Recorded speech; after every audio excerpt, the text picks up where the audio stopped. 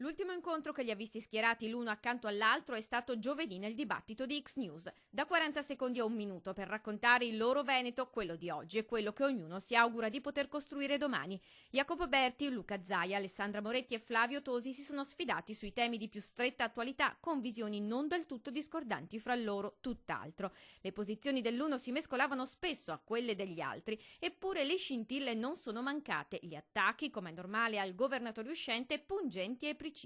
Agguerrita Alessandra Moretti, specie sullo scandalo dei fondi regionali al sociale. Ho già fatto esposto alla Procura di Treviso, di Venezia, ho già fatto l'esposto alla Corte dei Conti. Quindi è stata chiusa la stalla dopo che i buoi sono scappati. Va No, bene, la legge in Italia è chiara e dice che i dirigenti hanno facoltà di firmare e di controllare, sì, non ce l'hanno i politici. E i politici però devono vigilare. E le scintille vengono fuori sempre alla fine. Ma i fuochi sono stati ancora più scoppiettanti tra i due ex compagni di partito. Lo scontro tra i due è stato chiaramente metapolitico, sconfinato nel personale e cominciato dietro le quinte con un saluto a denti stretti e un Tosi molto defilato, finché i riflettori e le telecamere non si sono accese. Zaia ha parlato della campagna elettorale probabilmente del Presidente, non di quella del partito, perché la Lega, lo decise Matteo Salvini prima che io venissi espulso, avrebbe messo e ha messo a disposizione 700.000 euro per questa campagna elettorale che deriva dal finanziamento pubblico ai partiti.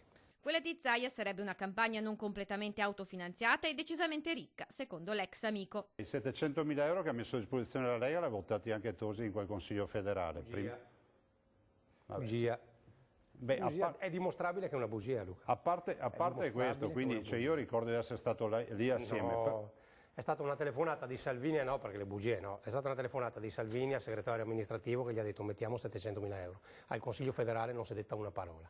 Tanto per avere la precisione. Riavvolgiamo il nastro. E la Lega ha anticipato 700.000 euro che verranno poi ovviamente restituiti dai candidati consiglieri, come accade sempre. A distinguersi, soprattutto sui temi, invece, il pentastellato Berti. 65 milioni di euro che andranno a finanziare 2.600 nuove imprese, circa un'impresa e mezza al giorno.